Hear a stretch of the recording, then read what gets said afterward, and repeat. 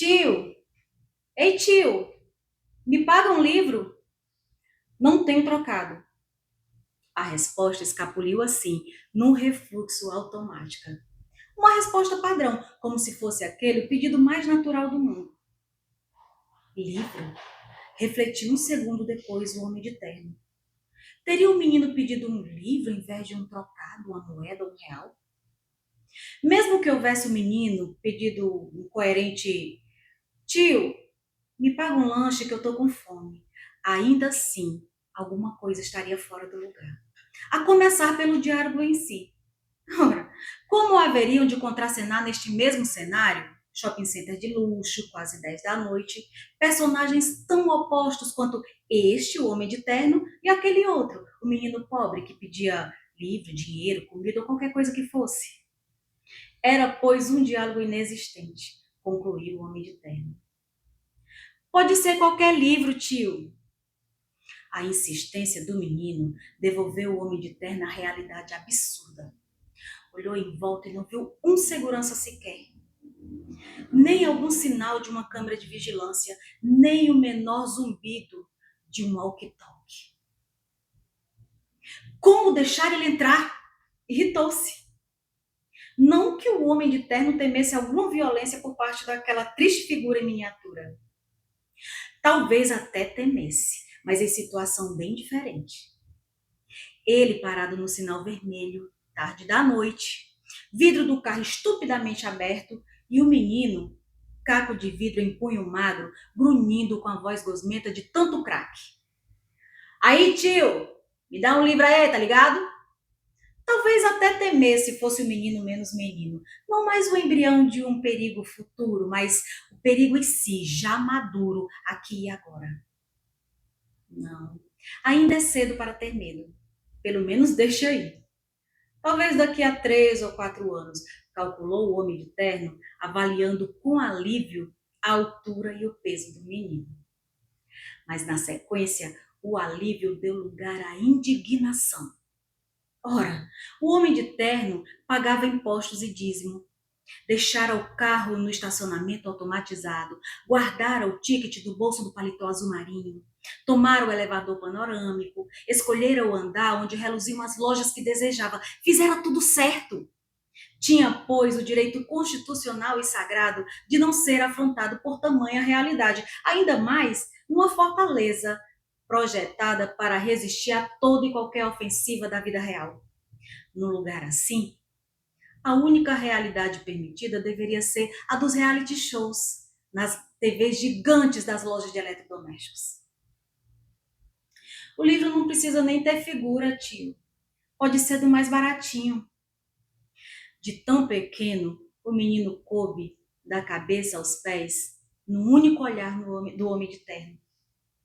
O figurino não parecia adequado ao personagem menino de rua clássico que exige calção surrado, pés descalços, cobertor fedorento jogado nas costas nuas. Não. Talvez graças a este artifício, o de fugir ao figurino padrão da miséria e do abandono, conseguia o menino burlar a segurança e invadir o reino encantado dos shopping centers. Negligente segurança, rosnou o homem de terno em pensamento. A pobreza do menino estava camuflada sob certo grau de dignidade. Era possível até que tivesse mãe o menino, mas pai ausente ou alcoólatra, diagnosticou o homem de terno. Mesmo disfarçada, a pobreza do menino não resistiria ao olhar de um segurança mais atento. A camiseta toda desbotada era enorme, de certo herdada do irmão mais velho morto pela polícia ou pela gangue rival. Tentou adivinhar o homem de terno, acrescentando em pensamento: Deus, como essa gente tem filhos! A calça velha com a barra puída não fazia melhor figura. O tênis até parecia de marca, o que não escapou ao implacável veredito do homem de terno. Imitação ou roubado, com toda certeza. Para completar, além de imundo, o tênis do menino tinha um barbante encardido fazendo as vezes de cadastro. E caso ainda restasse qualquer dúvida sobre o lugar na pirâmide social ocupado pelo menino, Era só conferir a marca registrada da pobreza infantil. O nariz a escorrer num resfriado eterno e sem remédio. O menino secou provisoriamente o nariz com o dorso da mão e voltou à ofensiva. Desta vez com um olhar silencioso que implorava, reivindicava, cobrava, acompanhado da interjeição incisiva e curta que ao homem de terno pareceu agressiva. Hein? E o homem de terno olhou ao redor em busca do deserto vazio e seguro de todos os shopping centers. O deserto que é feito de multidões de consumidores e infinitas sacolas de compras. Mas não havia ninguém. Está ficando tarde, pensou o homem de terno, agora um pouco tenso. Os únicos vestígios de presença humana vazavam justamente da livraria, cuja fachada de vidro refletia dois seres de dimensões tão diferentes, frente a frente, no encontro improvável. E o homem de terno cedeu. Entrou, seguido pelo menino. Caminharam quase juntos, mais distantes, até o fundo da livraria. Escolhe! Mal pronunciou o homem de terno. O imperativo desconhecido escolhe, cujo significado o pequeno interlocutor apenas intuía, pôs-se o menino a percorrer as prateleiras entulhadas de livros de todas as cores e tamanhos. Como é que escolhe, tio? E o homem de terno olhou longamente para baixo, até que não restasse qualquer dúvida sobre a meninice daquele menino. E concluiu que não havia mesmo por que temê-lo. Não ainda. Não esta noite. Não neste lugar. E o homem de terno percorreu, então, com olhos e dedos, as lombadas dos volumes expostos na prateleira.